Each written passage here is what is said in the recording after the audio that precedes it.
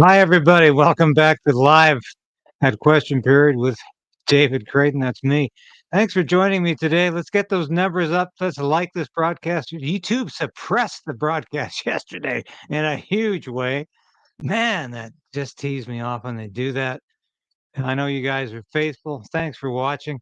Hey, we just got the word from Elon Musk directly, actually, on his X post. Did you know? I didn't.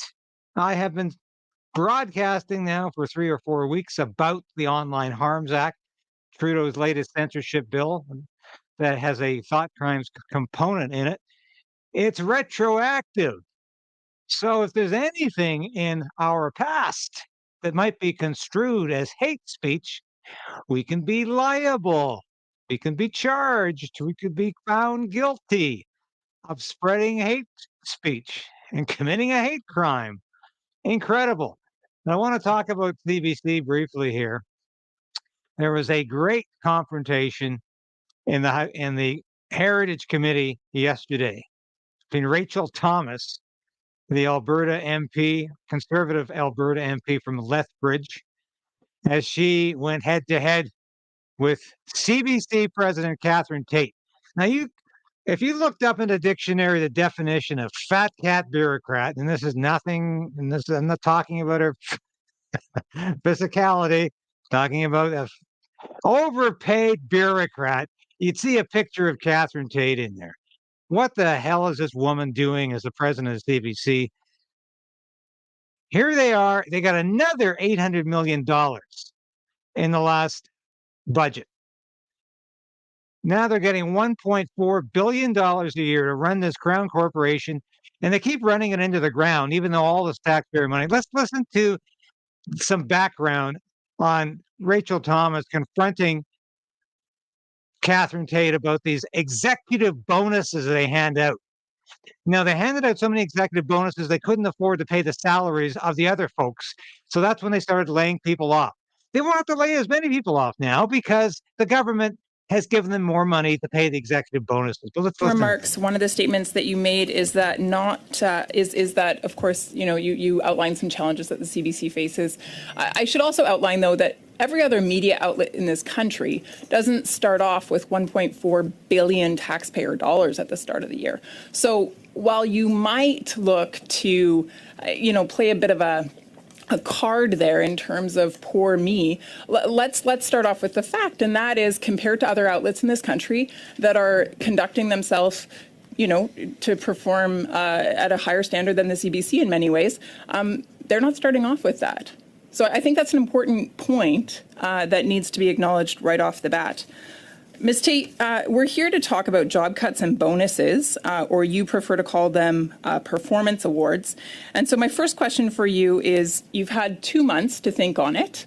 Of course, you were asked during an interview on national news, in fact, the CBC National, you were asked whether or not bonuses would be considered for executives. And you said it wasn't ruled out, essentially. And so having 2 months to think about it, have you come to a conclusion? Will there be bonuses for the executives within CBC? Thank you for the question.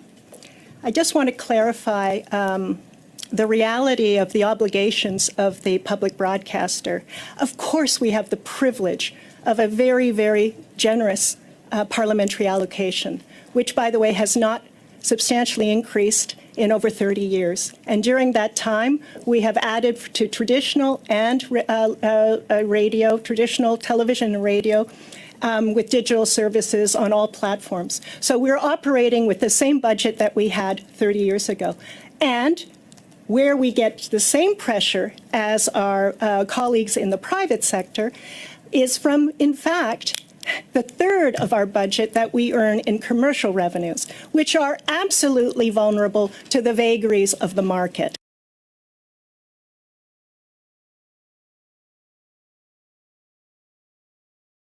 So that's the background.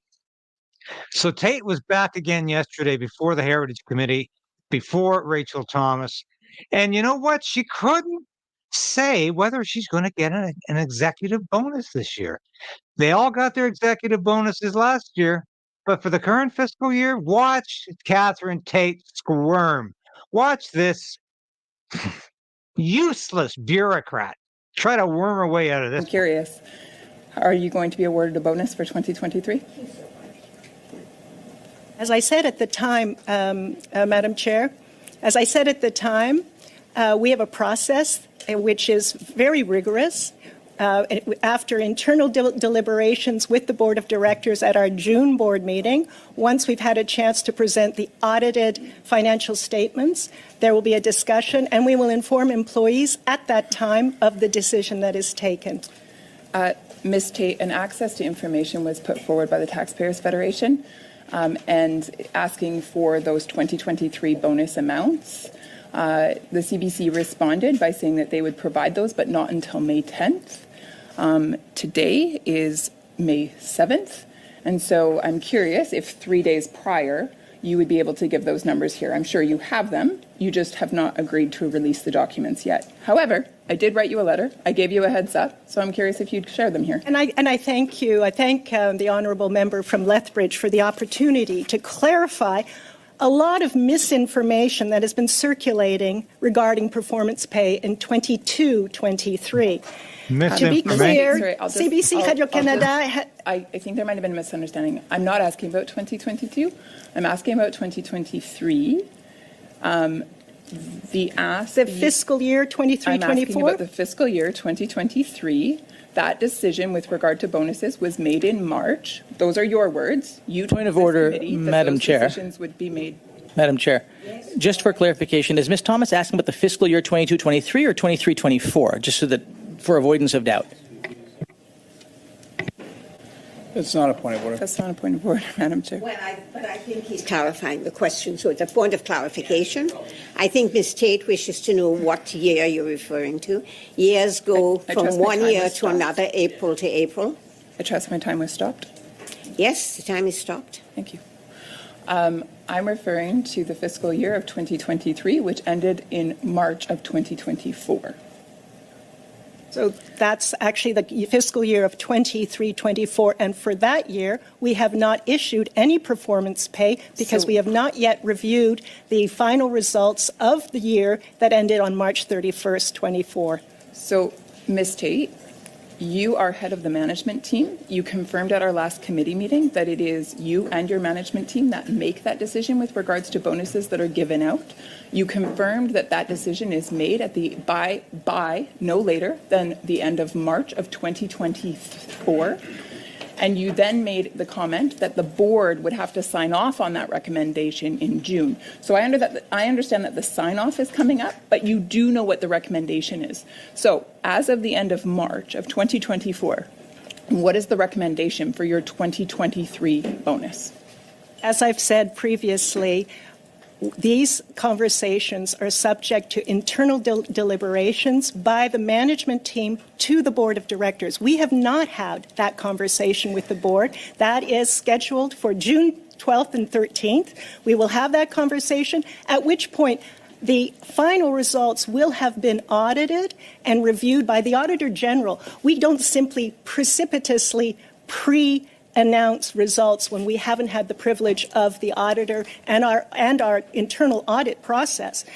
So those final results are being assembled right now, and they will be made available after. Ms. Tate, have you been assigned a bonus for 2023? I realize the board hasn't signed off on it, but have you been assigned a bonus for 2023? No, I have not. You have not been assigned a bonus for 2023? I have not. So for 2023, there is no bonus coming your way? I do not know that I have a bonus because the process, as we have described, for governor and council positions is separate from performance pay. So, Rachel Thomas, continue to ask the question, getting no answers. Watch how the chair of the committee, chairwoman of the committee, Hetty Fry, the notorious Hetty Fry, one of the most left-wing liberals in the caucus, intervenes on Catherine Tait's behalf. Answer.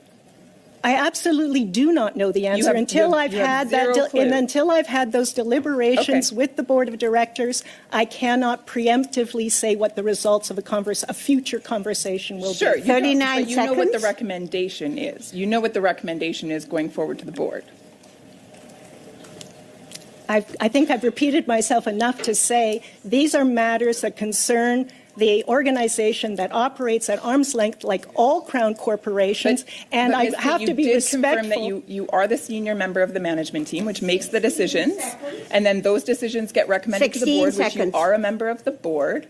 Therefore, you have access to information. Point of order, Madam Chair. Madam Chair, this question has been asked, I think, 6 times now. I was about to mention that I think the question has been clearly asked and the answers have been clearly given. And so I think Ms.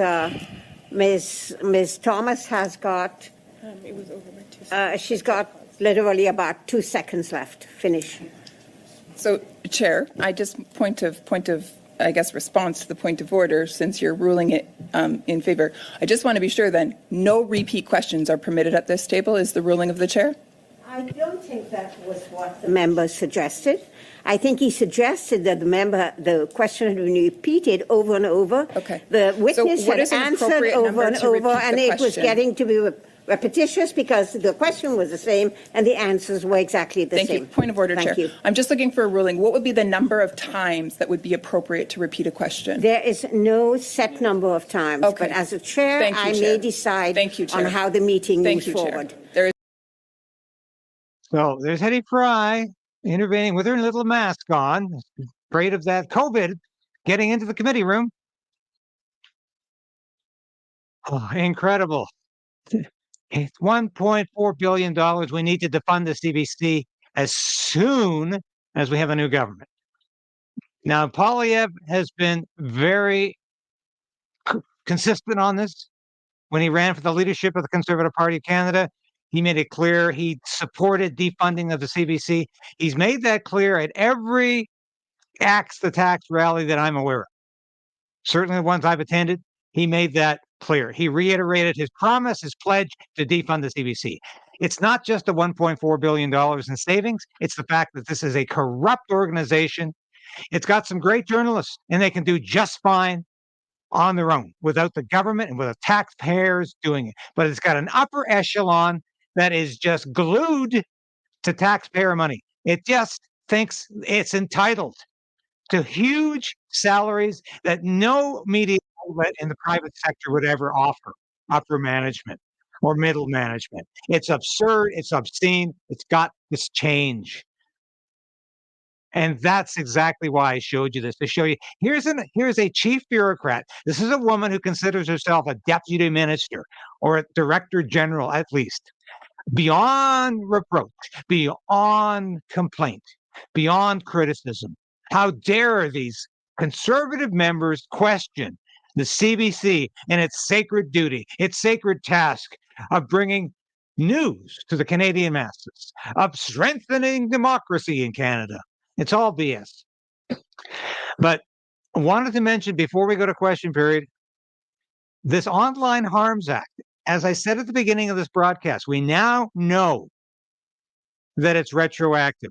And how dare Stephen McKinnon, the House leader, get up in the House of Commons during question period yesterday and describe the Conservative policy on the Charter of Rights as an a la carte Charter of Rights. And which rights are they going to get rid of? And he suggested freedom of speech might be one of them. I'm sorry. Who's getting rid of freedom of speech in this country? The Liberal government, the Trudeau government, through the Online Harms Act. It's going to eradicate freedom of speech. So what is going on with the Liberals as usual? Distraction. And look over here. We're the ones doing it, but we're going to blame the other guys. It's called projection. The Liberals love to project what they're doing onto their opponents. They call their opponents racist, misogynist, sometimes even Nazis. They're the ones that behave like that. So let's go to question period now. I'll have more to say about this later. This is an outrage, though. For these dunces to stand up, these propagandists to stand up and suggest it's the other people who are endangering freedom of speech when they want to take our freedom of speech away and lock people up for thought crimes. It's beyond hypocrisy. It's obscene. The honourable member for Day, a day to raise awareness, remember, and honor missing and murdered Indigenous women, girls, and gender diverse people. It's vital that we hold these people in our hearts and in our minds. But more than that, it's important that we as legislators work to implement the calls for I'm justice glad some of you enjoyed my interview with Neil Oliver. Neil and I have become very good friends. He's fantastic conversation every the time. homicide rate for Indigenous And women I and enjoyed girls doing that remains so 6 much. I times hope higher than their many of you non-Indigenous got to counterparts. see it and enjoyed A it year ago, as members much of as this we did House here. unanimously backed a motion declaring the deaths and disappearances And I'm of just looking at some of Indigenous your women and comments here, girls and a I really enjoyed. Canada-wide emergency. I really enjoyed some of them the recent as I was reading them. partnership between the federal government and Manitoba in implementing a Red Dress Alert pilot program to notify the public of missing Indigenous women, girls, Two-Spirit, and gender diverse people is an important step, but we must and have to do more to end gender-based violence against Indigenous women and girls and gender diverse individuals. No more stolen sisters. Yes, Mr. thank you for Speaker. saying Life Art Times. Thank you for mentioning this. Thank you for watching.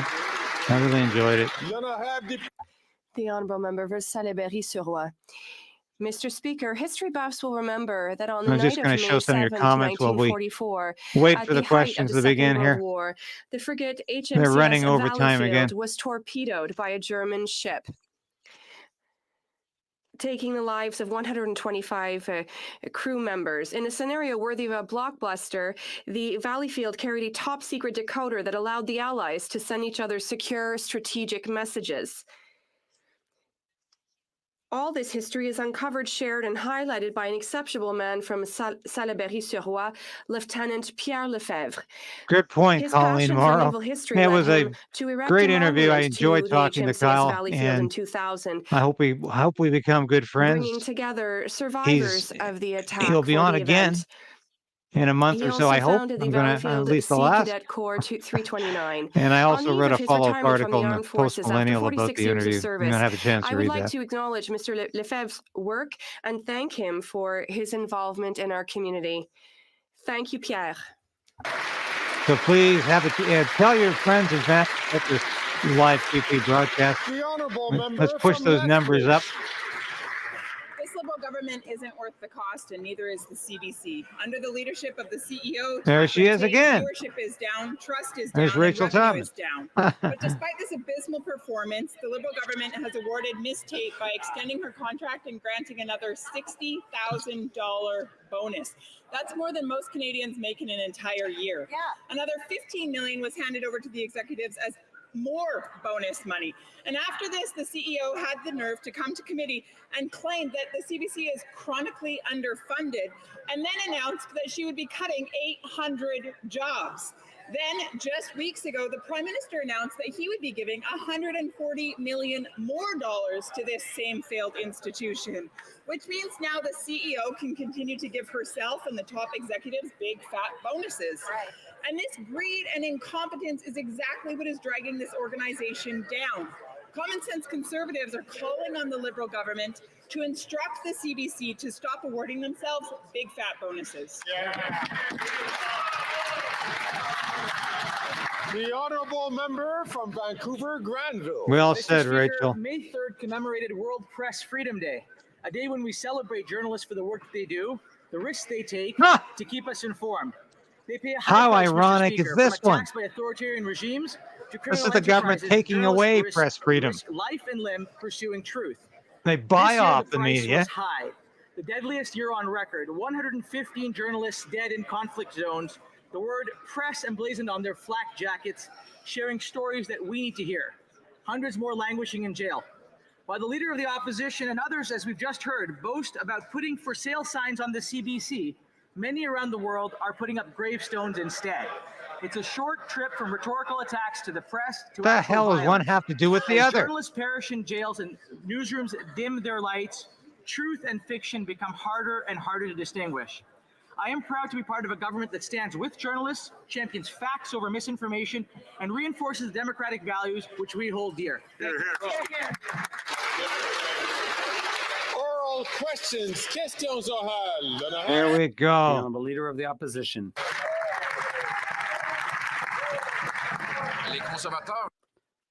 Conservatives have a common sense plan to cut taxes, build housing, fix the budget, and stop crime. And yet, this Prime Minister is not worth the cost. He doubled our national debt, doubled the cost of housing, and tripled it in Montreal, to be frank. The end of the month is approaching, and Quebecers have a lot of anxiety about paying their rent. Will the Prime Minister finally backtrack on his inflationary policies, which might make Quebecers lose their houses and apartments? The Right Honourable Prime Minister. Mr. Speaker, instead of increasing and stoking Canadians' anxiety with misinformation, he should share the real facts. And the fact is that our fiscal position is stronger than other G7 countries. We have the highest credit rating of all countries in the world. We are working responsibly to ensure that the government's assets are used to the benefit of Canadians. We have a comprehensive plan to create housing for all generations. The Honourable Leader of the Opposition. Really? He's accusing me of stoking anxiety among Quebecers. Without me, they never would have noticed that their rent had doubled. If I hadn't mentioned it, does he think Quebecers can't read numbers? He says the economy is not numbers, but rent is certainly numbers. The grocery bill, that's numbers. Will he finally look at the numbers and conclude that he is simply not worth the cost? The Right Honourable Prime Minister. Mr. Speaker, for months and even years, we've been hearing the Conservatives say that our policy of investing in Canadians is causing the challenges Canadians are dealing with. On the contrary, our fiscal position is the strongest among G7 countries. We are investing and using that strong position precisely to help families that are struggling to get by. We're investing in housing, in healthcare, in dental care, in senior care, in childcare. All those investments help Canadians. And the government is at the service of Canadians. The Honourable Leader of the Opposition. Will axe the tax, build the homes, fix the budget, and stop the crime. This Prime Minister is not worth the cost after 9 years. He's doubled the debt, doubled housing costs. He's increased spending by nearly 80%. What did we get for the money? The worst per person income growth in the entire G7. And the worst mortgage debt of all of those countries. When will he realize that the more he spends, the worse things get? The Right Honourable Prime Minister. Mr. Speaker, the Conservatives have been talking down the economy for a long time now without understanding that Canada has actually the strongest macroeconomic performance in the G7. And our perspective is to put that solid footing of the government of Canada in service of Canadians by investing in housing, by investing in dental care, by investing in childcare, by investing in the supports that Canadians need in this difficult time. His solution is for governments to invest less in Canadians for ideological reasons, to be there less for people when they need it most. The Honourable Leader of the Opposition. Mr. Speaker, more proof that this Prime Minister is not worth the cost. He tells Canadians they've never had it so good. He doubled the debt, doubled housing costs, forced 2 million people to a food bank. He brags that he spends $87 billion on housing programs. And what did it get us? Got us the worst housing inflation of any country in the G7, the second worst out of nearly 40 OECD countries. Why does he always spend the most to achieve the worst? Right. The Right Honourable Prime Minister. Mr. Speaker, I think Canadians will take no lessons from a former housing minister who was in a government that didn't believe in investing in housing. Obviously, over decades, Mr. Speaker, the federal government had underinvested in housing, and it has led to the challenges we're facing now. That is why we are putting, and have been putting in service of Canadians since 2017, the solid fiscal position of the federal government to invest in Canadians, to invest in communities, to invest in housing, to help solve this challenge that people are facing around the world that we are solving despite. The Honourable Leader of the Opposition. Mr. Speaker, he's absolutely right that we did not waste the billions of dollars that he's now put into his programs, but here are the results. The average rent for a one-bedroom when I was housing minister was $973, and we built 80,000 apartment units at that low rate when I was minister. Now the cost has more than doubled. Meanwhile, Stats Canada reports that incomes are down $17,000 per family. Why are Canadians making $17,000 less to pay double the price for a home?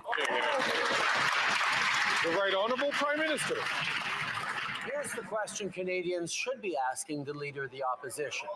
Given that Canada has one of the strongest economic balance sheets in the G7 right now, country for country compared, should we be investing to support Canadians and create housing with that solid balance sheet? Or should, as the Conservative Leader is proposing, we cut programs, we reduce investment, and we do less for Canadians?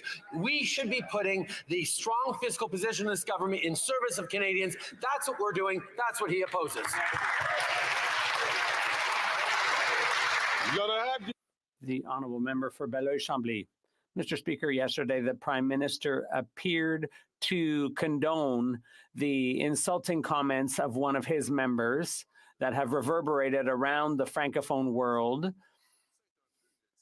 But it's all a bit of a distraction because the real issue is the funding of French language universities. So we don't look like barbarians again. Could the Prime Minister call for the resignation of the president of the APF and ask him to apologize to all our partners in the Francophonie? The Right Honourable Prime Minister.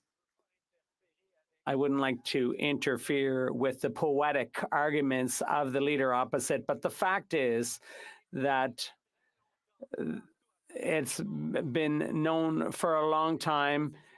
It's the word that our member used has been used for a long time. He didn't invent it. Our member didn't invent it. He did apologize and withdraw his remarks. But the fact remains, Mr. Speaker, that we will stand up to protect Francophones all across the country and to defend French in Quebec, but also, and this is something the Bloc would never do and could never do, which is defend French outside Quebec all across the country. Then I have the honourable member for Belleuil-Chambly. Mr. Speaker, there's an expression in Quebec, I can't do anything that he doesn't do himself. So he's doubling down, he's laying it on thicker, he continues to condone comments that make no sense. He's trying to do something. He's trying to joke, but he's not very good at that. Could he simply take responsibility and shut up the clown beside him and call on the president of the APF to step down? The Right Honourable Prime Minister. The Bloc leader's responsibility is simply to pick fights with Ottawa. Our responsibility as a Liberal federal government is to defend official languages all across the country, to defend French in Quebec, but also defend French all across Canada.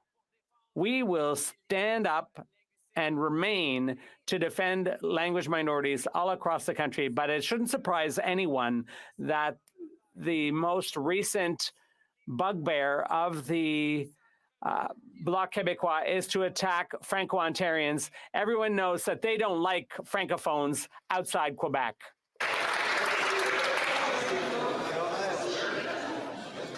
the honourable member from Burnaby South. Canadians are struggling to put food on the table. And what are the Liberals doing? Well, they're giving $25 million to Costco and Loblaws. And what are the Conservatives doing? Well, the Conservatives, their leader is too busy whining and dining corporate lobbyists in private dinner clubs. You Democrats have a clear plan. We need to tackle corporate greed We need to make sure we bring down the prices and stop giving millions of dollars to corporate grocery stores. When will the Liberals, when will the Prime Minister stop giving big grocery a free ride? The Right Honourable Prime Minister. Mr. Speaker, not only are we continuing to move forward on our grocery code of conduct, but we're working on our project to make food more affordable through competition reforms. And now we're creating a national school food program, which is expected to provide meals for more than 400,000 kids a year and save the average family with 2 children as much as $800 per year on grocery costs. We're also ensuring the wealthiest pay their fair share. And indeed, Mr. Speaker, there are measures in the House right now that will crack down on predatory pricing, and the NDP has the opportunity to support us as it goes through this House. The honourable member for Burnaby South. Have the courage to take on corporate greed, which is driving up the cost of food, but we do. As people struggle to fill their fridges, the Prime Minister is giving $25 million to Loblaws and Costco when they're making record profits. What's it going to take for this Prime Minister to understand these big grocery chains are raking in billions? They really don't need the handouts. The Right Honourable Prime Minister.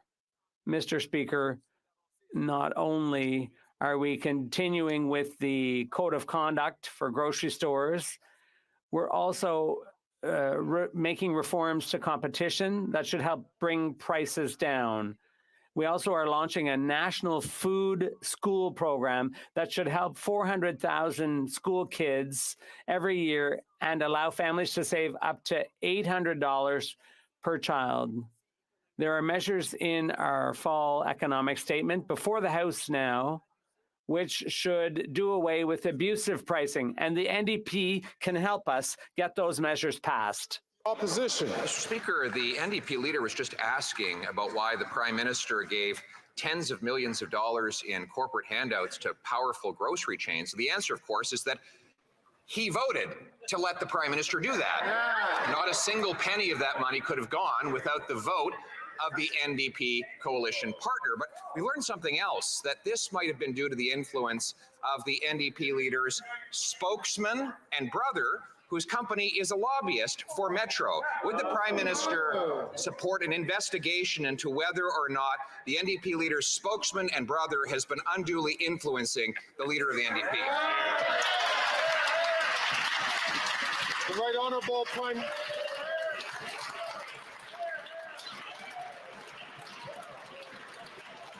The Right Honourable Prime Minister.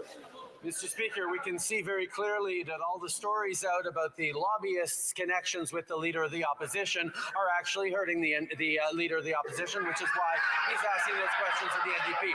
But he has an opportunity right now, Mr. Speaker, to make it clear that he stands with Canadians and stands to ask the wealthiest to pay a little more by announcing now that he will support our measure on increasing the capital gains imposition on Canadians, asking the wealthiest to pay a little bit more. He has dodged that question since the budget came out. Does he support the increase on the capital gains inclusion rate?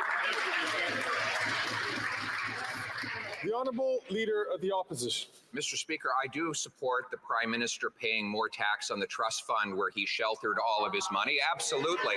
He doesn't, unfortunately, support his own policies. That's why he won't put them into a budget bill. But one tax he is increasing is the carbon tax on food. He's doing it with the help of the NDP. We already have the second highest carbon tax in the entire developed world. And yet, if the NDP Liberal government is re-elected, they plan to quadruple that tax to 61 cents a litre on the farmers and truckers who bring us our food. How will Canadians afford to eat, heat, and house themselves? The Right Honourable Prime Minister. Once again, Canadians saw that he avoided pronouncing on whether or not he supports our increase to the capital gains inclusions rate. But in regards to his deflection onto carbon pricing works. We are on track to meet our emissions for the first time in any government in Canadian history. And Canadians get more money back in their pockets thanks to the Canada Carbon Rebate, and families are already using that rebate to help pay their bills and plan their monthly budgets. Meanwhile, the Conservative leader continues to oppose every measure we put forward for both affordability and fighting climate change. The Honourable Leader of the Opposition. Mr. Speaker, this Prime Minister, just like his carbon tax, is not worth the cost. The tax is already up to 17 cents a litre, higher than he promised it would go. And he plans to quadruple it further to 61 cents a litre. This after it is a proven environmental failure. Canada ranks 62nd out of 67 countries when it comes to fighting climate change. And this is precisely because what he has is a tax plan and not an environmental plan. Will he stop? Why won't he adopt our common sense plan for technology and not taxes? The Right Honourable Prime Minister. Mr. Speaker, if the Leader of the Opposition wants to present an actual plan to fight climate change, we'd love to see it, but he has refused to take any measure to fight climate change, period. He even doesn't recognize that pollution has a cost, which will only keep rising if we don't fight climate change, with extreme weather events and health impacts increasingly impacting on Canadians. Indeed, the Conservative leader thinks it should be free to pollute, and that we shouldn't be giving more money to Canadians through the Canada Carbon Rebate. We will continue to have an effective plan to fight climate change that is reducing emissions and putting more money back in Canadians' pockets with the CCR.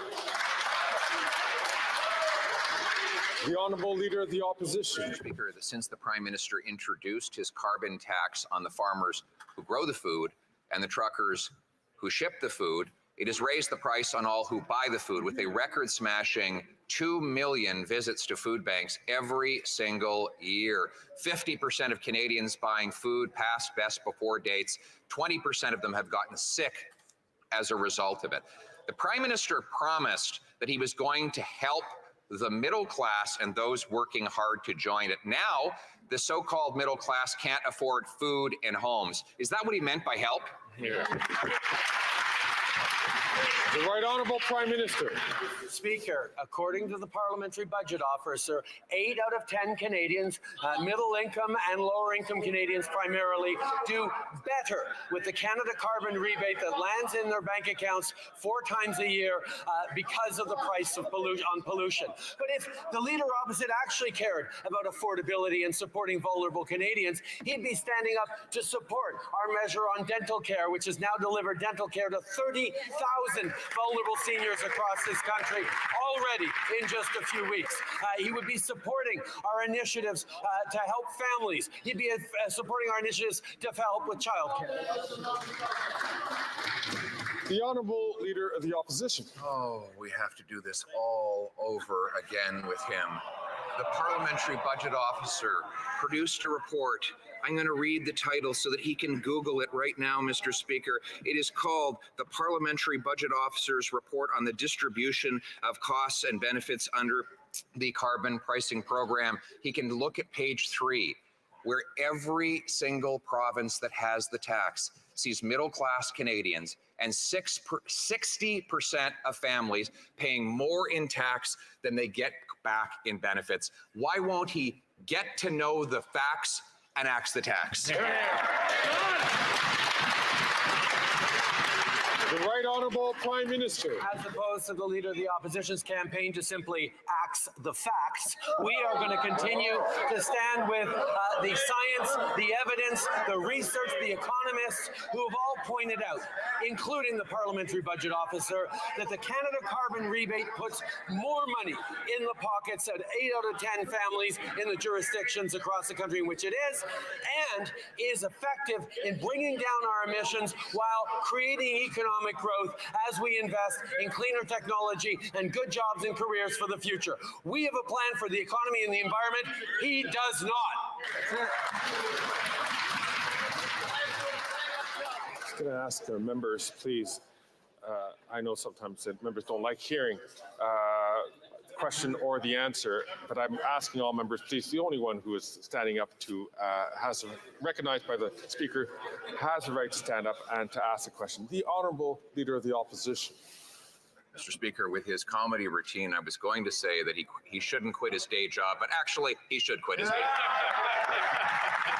Please. But he shouldn't go into number crunching, whatever his next job is, because he doesn't believe the economy is about numbers. And I don't blame him, because if I had his economic record, I wouldn't want to talk about numbers either.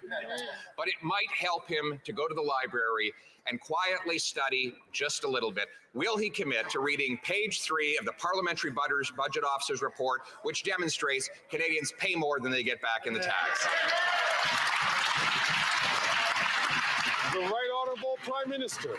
Mr. Speaker, the Parliamentary Budget Officer and far many more experts and economists have clearly demonstrated that the money that returns to Canadians through the Canada Carbon Rebate 4 times a year is greater than 8 out of 10 Canadians pay every year with the price on pollution. Those are the simple facts, Mr. Speaker. We will continue to invest in Canadians. We will continue to support with affordability. We will continue to put the best balance sheet in the G7 in the service of Canadians through investments and support, unlike the cuts he's proposing. Hear, hear. Then I have The honourable member for Belleuil-Chambly. Mr. Speaker, researchers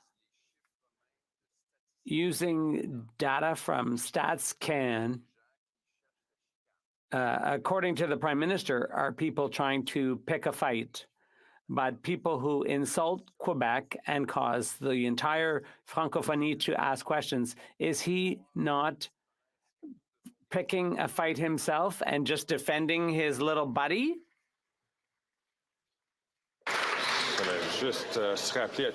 I'd just like to remind all members to be very cautious with their use of terms in asking questions or answering.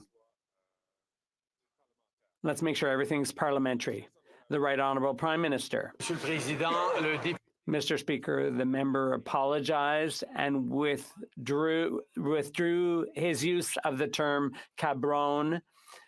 We will continue to defend French and the Francophonie all across the world and Canada, which unfortunately the Bloc can't do because they attack Franco-Ontarians and they attack language minority communities all across the country. We will always stand up to defend French in Quebec to the tune of billions in investments, and we will be there for minority language communities all across the country, as we always have done. The honourable member for Belleuil-Chambly. Mr. Speaker, the term I used and which you mentioned was far less serious than the term he used opposite, which everyone's turning a blind eye to. The Prime Minister always tries to pit Francophones in Quebec against those outside Quebec, but I would remind him that during the last election campaign, I raised the issue of Francophones outside Quebec, and he said this isn't the right place to be talking about that. Is that picking a fight? Is that not picking a fight? The Right Honourable Prime Minister. Mr. Speaker, I would be delighted to be able to work with the members of the Bloc in defending French language communities all across Canada. But as you know, French may be doing better. If it's doing better in the rest of the country, that would do damage to their dream of independence. So that's why they really don't give a hoot about Francophone communities outside Quebec. They think Quebec is the only place where French needs protection. But we are working to protect French in Quebec, but we are doing the same all across the country. The Honourable Leader of the Opposition. After 9 years, this Prime Minister is not worth the cost of housing. He has doubled the cost of housing. And now the crisis is such that more people than ever in Quebec are struggling. Not-for-profit organizations are saying that some people are even contemplating suicide because they can't afford their rent next month. Will the Prime Minister finally stop his radical plan of building more bureaucracy instead of more housing? The Right Honourable Prime Minister. Mr. Speaker, we invested $900 million in Quebec alone with the Housing Accelerator Fund, and it's so well received by Quebecers that the government of Quebec has decided to match that with $900 million of their own, because they know that that will deliver housing all across Quebec. We stand for working together with the provinces and municipalities to invest more in housing, while meantime, the Conservative leader is advocating ideological policies and austerity. What they're saying is false, the Honourable Leader of the Opposition. And now he's spending more for fewer houses. It's true that he's spending hundreds of millions, billions, tens of billions. Every year it's a new number, more money for this program or that program. But people don't live by those numbers. They don't live in those numbers. They live in apartments and houses that cost twice as much as they did when he first took office. So does he now get it after 9 years of creating the worst real estate crisis in the G7? Does he not realize that the more he spends, the more expensive things get? The Right Honourable Prime Minister.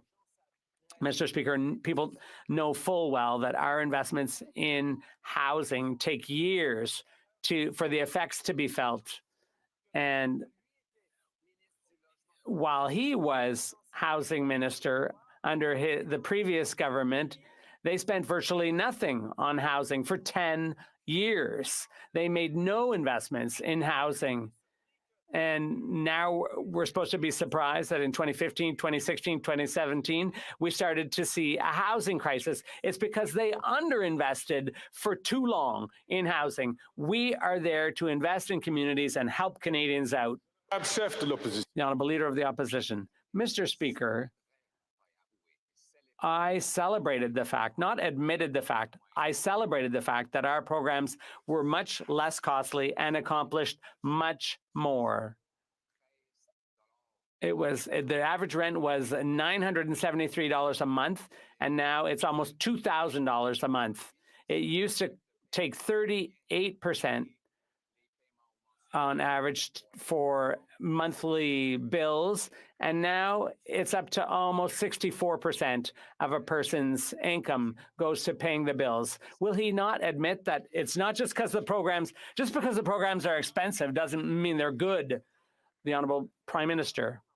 Well, we can see the fundamental choice Canadians will face in the next election. Should the government use Canada's strong fiscal position, the strongest among our allies, should that be put to the service of Canadians to invest in our communities and in housing? Or should we cut programs, cut back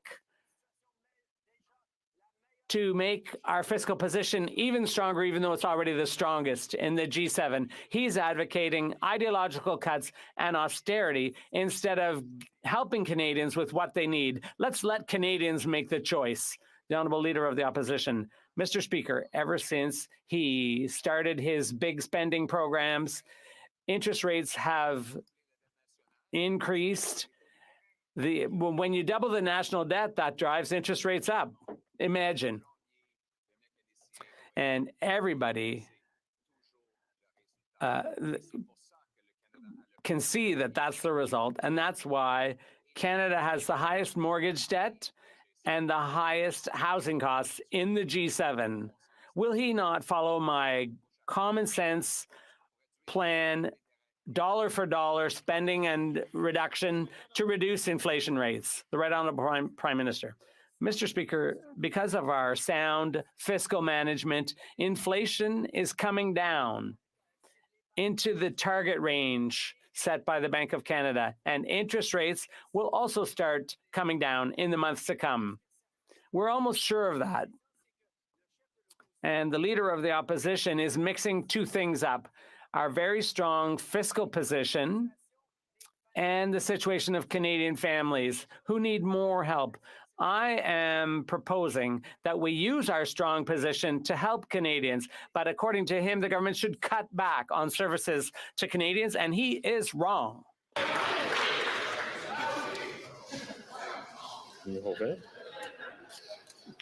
Then I have chef de l'opposition. Oh, excuse me. One more. Sorry.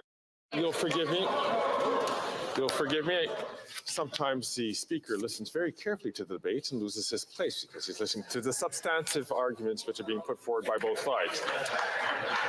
The honourable member from Nunavut. Last month, the United Nations Special Rapporteur visited Canada. He confirmed what Indigenous peoples already know, that the right to clean drinking water is not being upheld. The Prime Minister has millions for the Northwest Company, Loblaws, and Costco, but asked Indigenous people to wait for clean drinking water. Will the Prime Minister stop fighting these solvable issues and ensure all First Nations have access to clean water? The Right Honourable Prime Minister. Yes, Mr. Speaker, we will continue to end boil water advisories across this country. When we took office in 2015, there were 109 long-term boil water advisories. We have now lifted about 135, 140, perhaps even a few more, Mr. Speaker. We're going to continue to lift long-term boil water advisories in ways that are building infrastructure, supporting communities, and solving this generations-long problem. We are here to continue to work with Indigenous communities on solving these problems in true partnership, in building for that long-term future every Canadian and Indigenous people deserve. The honourable member from Nanaimo, Ladysmith. Mr. Speaker, as the cost of living continues to soar, more people in Nanaimo Ladysmith are barely scraping by. Rent is up, groceries are up, and the number of households living below the poverty line continues to rise. But instead of helping those who need it, the Liberals are handing out $60 billion to the ultra-wealthy. And the Conservatives, well, they will always choose the side of lobbyists and rich CEOs. When will the Prime Minister stop propping up rich CEOs at the expense of those in Nanaimo Ladysmith and across Canada? The Right Honourable Prime Minister. Mr. Speaker, our latest budget is actually focused on equality for every generation. And a big cornerstone of that is asking the wealthiest Canadians to pay a little more so we can invest even more in housing, invest even more in Pharmacare, invest even more in childcare, invest even more in ensuring there's programs like a school food program, and that's going to help 400,000 more kids across this country. We know there continues to be more to do, and we are stepping up because not only do we know that helping with affordability for Canadians matters, but confident countries invest in themselves, their people, and their future, and that's exactly what we're doing. The honourable member from Kitchener South, Hespeler. Mr. Speaker, our government's groundbreaking Pharmacare program will provide free contraceptives to millions of women across Canada. While access to free contraceptives is fundamental for every woman to plan for their future on their time, the Conservative leader has chosen to deny women this basic freedom. Can the Prime Minister tell this House why a Pharmacare program that guarantees free contraceptives is so important? The Right Honourable Prime Minister. Mr. Speaker, I thank the member for Kitchener South Hespeler for her question. The Conservative leader opposes Pharmacare and our plan to provide free contraceptions on prescription to Canadians, and we all know why.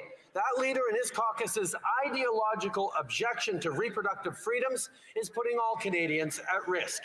Yesterday, the member for Peace River Westlock sponsored an anti-choice petition, and the member for Yorkton Melville has introduced several private members' bills that would serve as a sneaky backdoor to limit women's bodily autonomy. One would think that someone who claims to stand for freedom would be there for women as well, but he's not.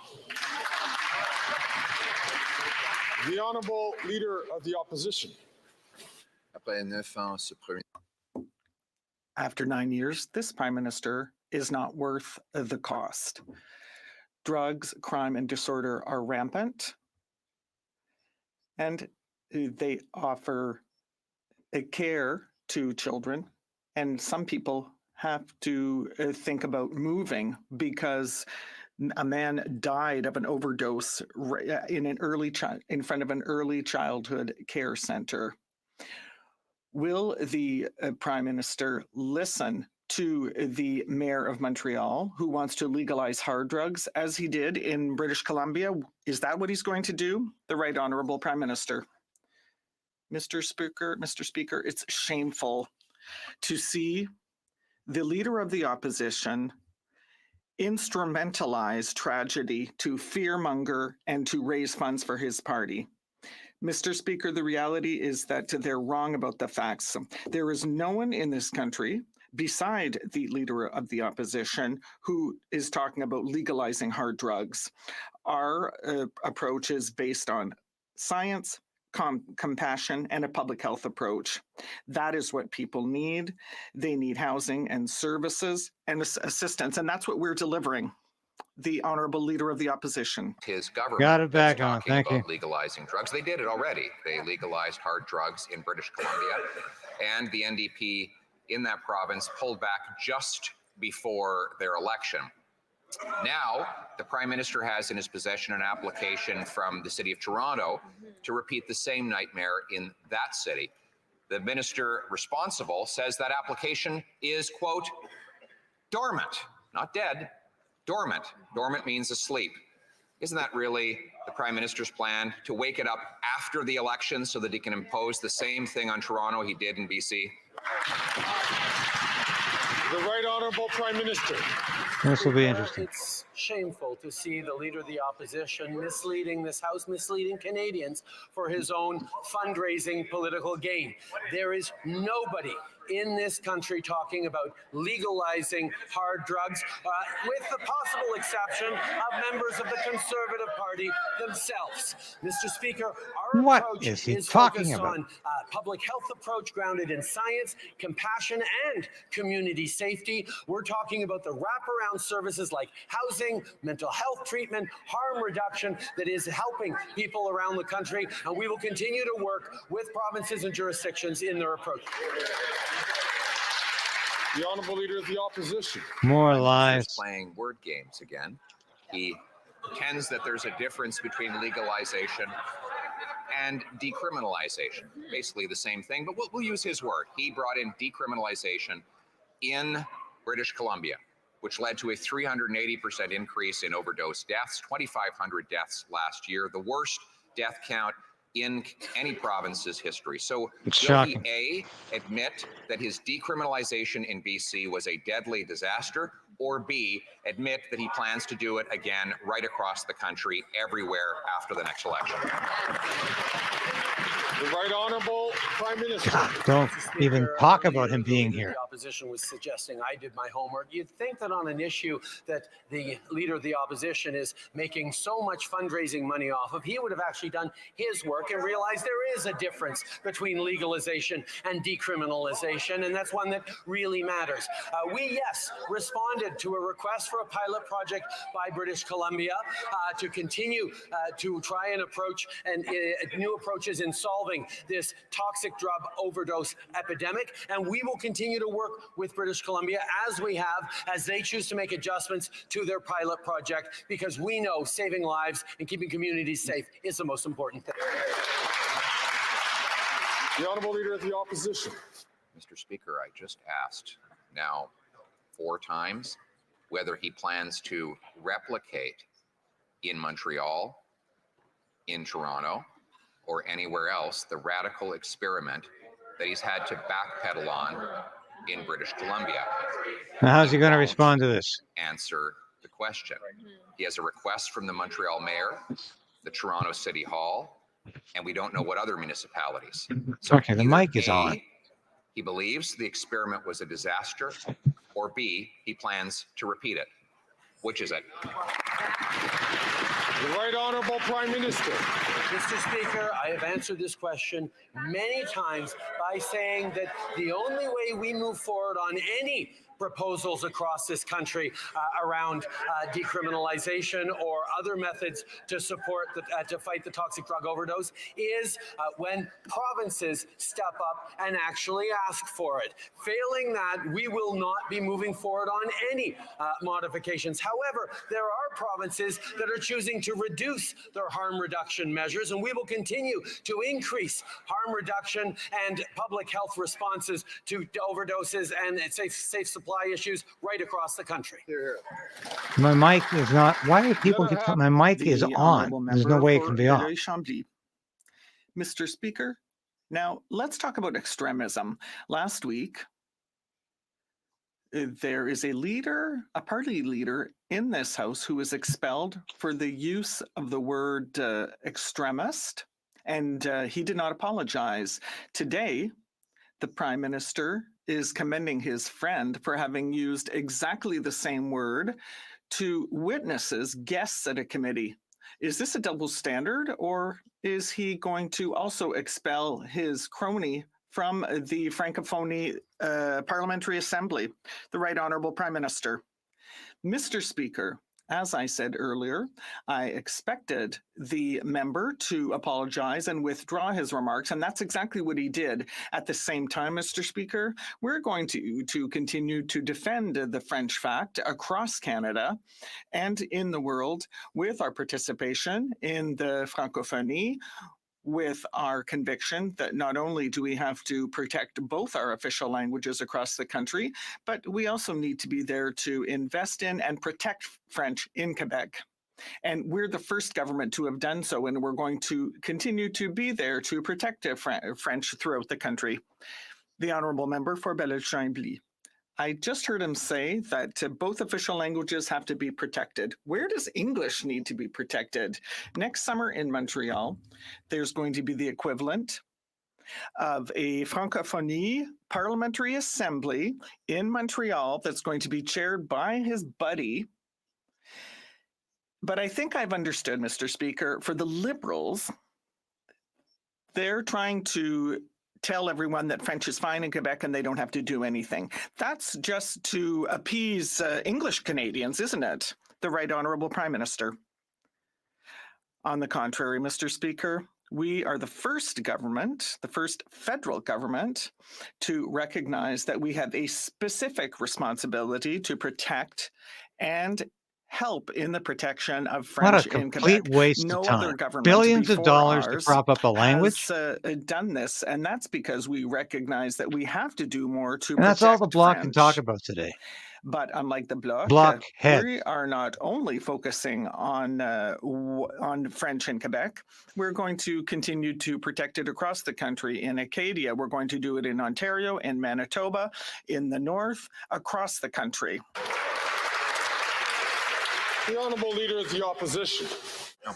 Not only is the Prime Minister refusing to rule out future decriminalization across the country that has just failed in BC, he's now just announced he plans to spend even more tax dollars on narcotic opioids. According to the Vancouver Chief of Police, 50% of the recovered hydromorphone was originated with government programs handing it out as so-called safe supply.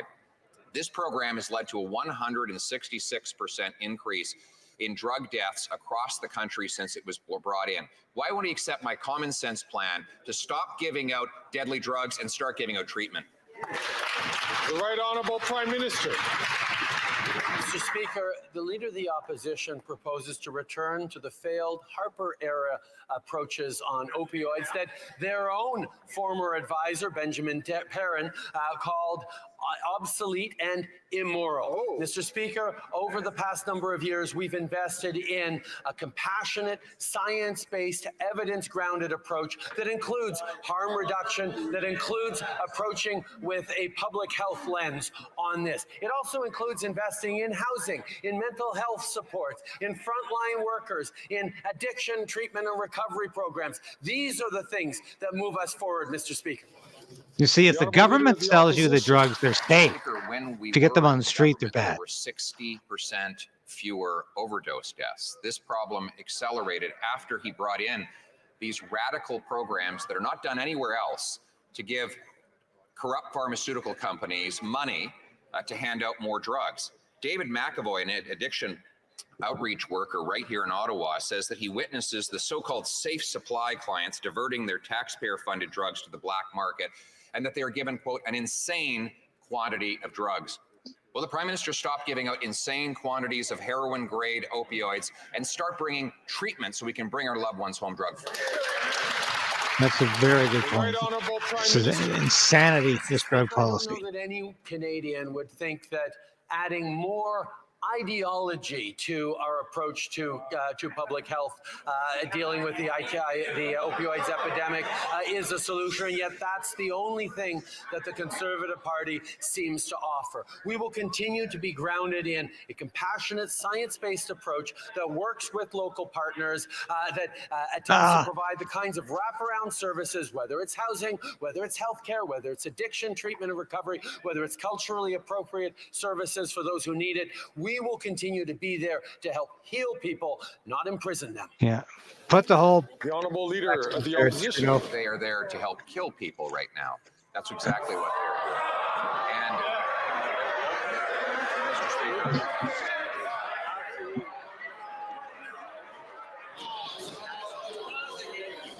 I'm going to... Colleagues, I'll be coming... Colleagues... Oh, he's going to get kicked out for that? Hey, Fergus, you're going to kick him out because he said Trudeau's killing people, and he is, through an irresponsible drug strategy? 24 seconds on the clock. not only is his policy killing people, but this prime minister is by far the most radical ideologue who's ever occupied that job. Yes. But always with these radical policies comes profiteering.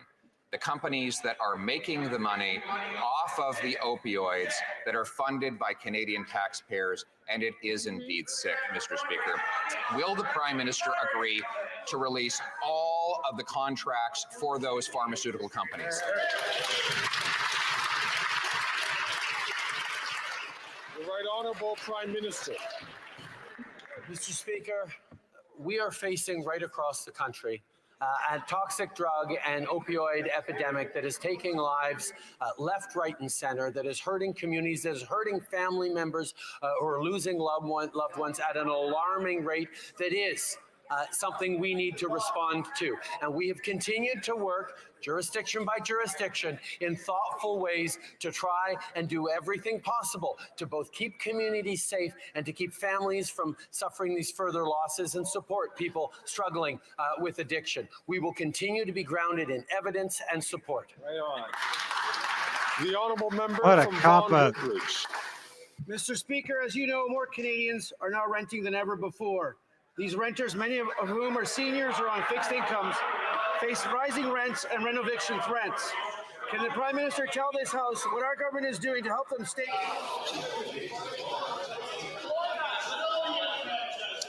Colleagues, I know it is Wednesday. I know that members have come out of caucuses and they're ready to go, but it's really important that we take the opportunity to listen to the questions. Oh, Fergus, just sit down and shut up. It will be from the top because the Speaker can't help it. So. Yeah, right on, Jennifer. Trudeau is El Chapo. Member from Vaughan Woodbridge from the top, please. Mr. Speaker, if I can make a point of order.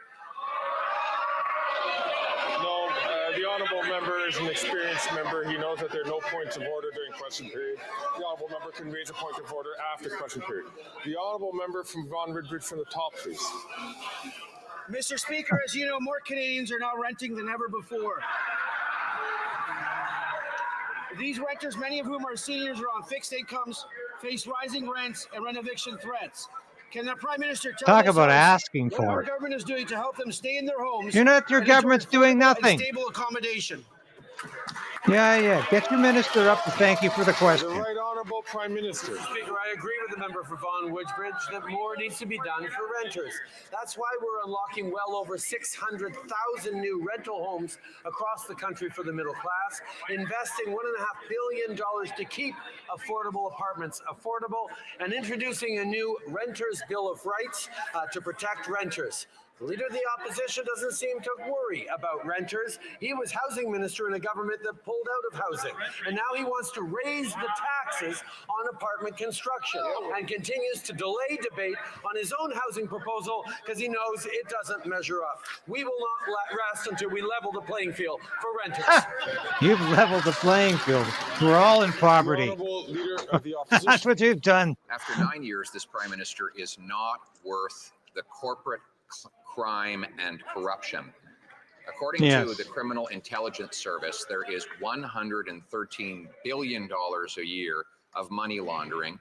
That's the equivalent of twice the entire GDP of Nova Scotia. And that money laundering, all of it here in Canada, drives up housing costs, it pays for drugs and stolen cars. Why is it that the Americans had to be the ones to catch TD and charge them with money laundering linked to fentanyl? Why didn't our federal government crack down on that?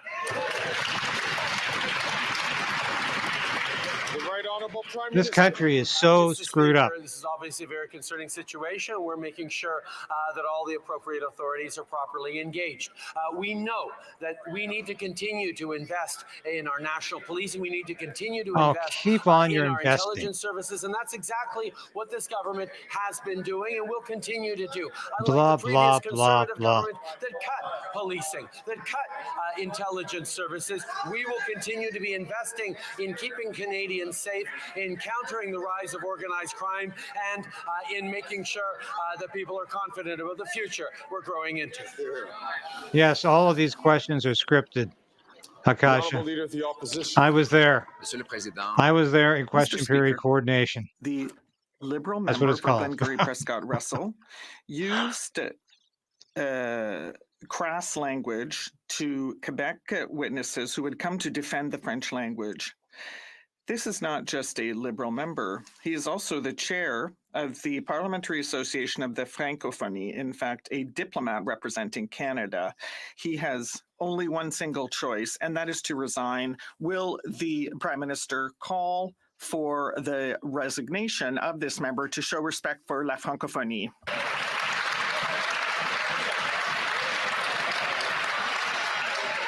I have no idea what he's talking about here and really don't care. The Right Honourable Prime Minister. Mr. Speaker, we can see the reaction of the Francophone members in the Conservative Party when the leader finally is showing concern about French in Canada. We are here to defend La Francophonie. We are here to defend the French fact across Canada. And the member apologized. He withdrew his remarks. But we're also seeing is that their own heritage critic was unable to defend Radio-Canada when a direct question was put. We know that the Conservatives want to cut CBC funding, and they should say so clearly. The Honourable Leader of the Opposition. Mr. Speaker, he's the one who's cutting funding to Radio-Canada CBC, and we are the ones who are going to protect Radio-Canada at CBC, and we're going to conserve jobs at CBC. What is he talking about? Why does this Prime Minister continue to defend gigantic bonuses for CBC bureaucrats?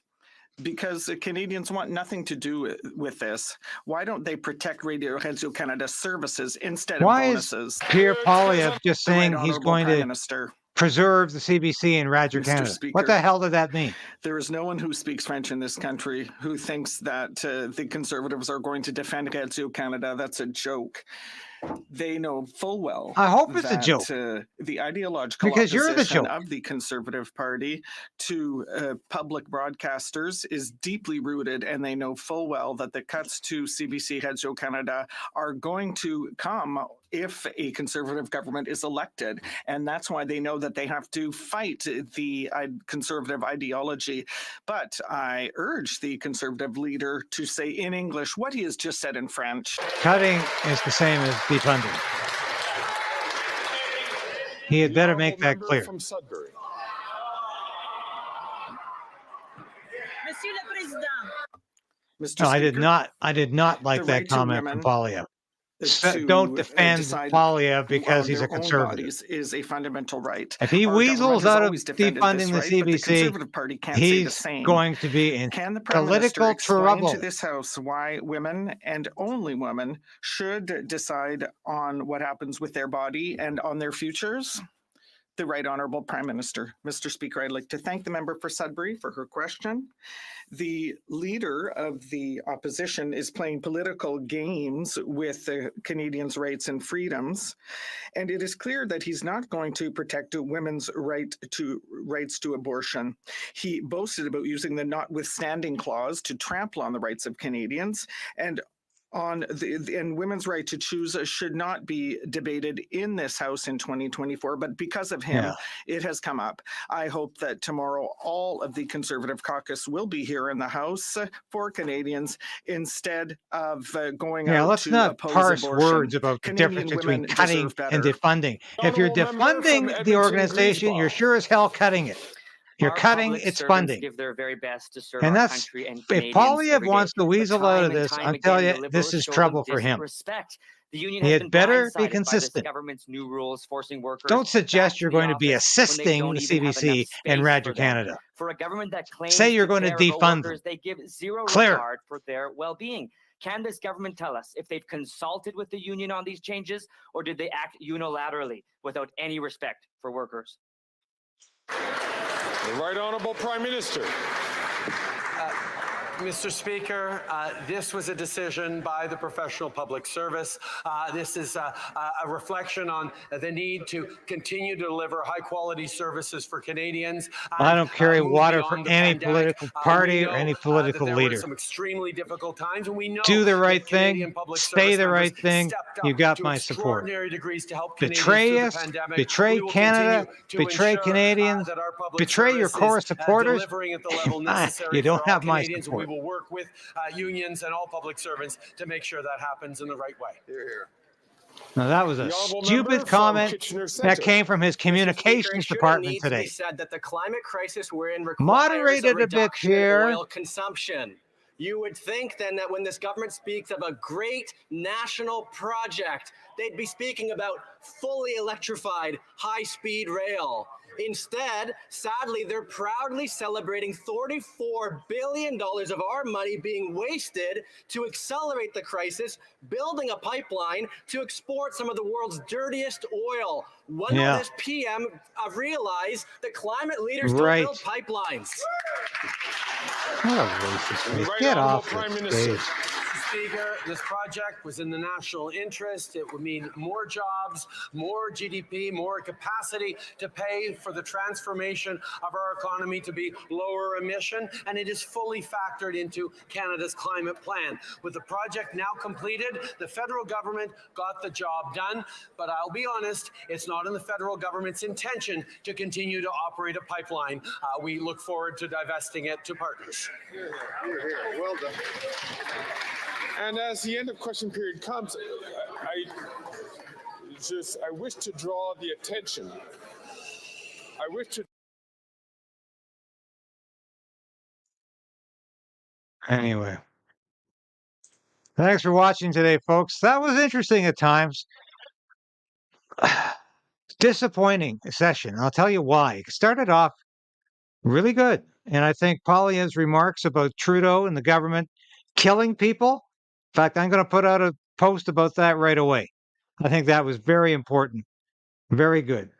Lots of good comments about there is no such thing as a safe supply of drugs, people. I think we all know that. There's no such thing as a safe supply of drugs, whether it comes from the government or it's on the street. Heroin, opioids are lethal. They kill people. I don't care if your drug dealer is the government or your drug dealer is some swarthy guy down the street. It doesn't matter. It's the product. It's lethal. And this is where the government continues to parse their sentences and their words. Somehow it's safe supply if it comes from the government. Nonsense. Another great remark from Poilievre about don't quit your day job. Yes. Oh, and then he corrects himself. Yes, quit your day job. But very, very concerning words at the end of Poilievre saying he wants to assist. I have to go back and say exactly what he said here. But he suggests that he wants to help or assist CBC and Radio Canada. His policy is to defund them. He has to make that clear. Don't try to have it both ways. Don't try to have it both ways, Mr. Poilievre. I have known Pierre Poilievre for over 2 decades. I knew Pierre Poilievre before he was a member of parliament, long before he was in cabinet, long before he became the leader of the official opposition. I think he can do better than this. I think he has to do better than this. And I'm not carrying water for any conservative leader when they do things that are contrary to good common sense that they purport to be supporting.